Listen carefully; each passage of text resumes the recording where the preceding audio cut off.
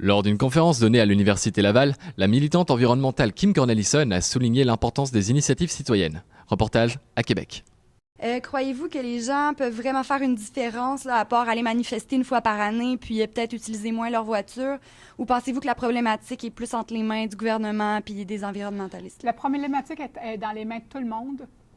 Moi, je demeure convaincue que ce qui est le plus payant, moi, je pense que, de façon générale, on devrait faire attention à la nature. Donc, les gestes individuels, on devrait les faire.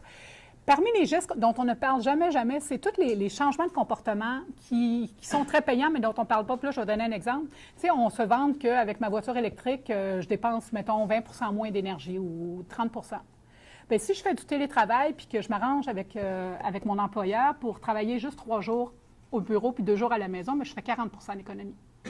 C'est des choses comme ça qu'on n'a pas développé beaucoup. Il faudrait que je questionne la QLPA pour savoir pourquoi c'est pas là, mais il y a beaucoup d'actions individuelles qu'on vise.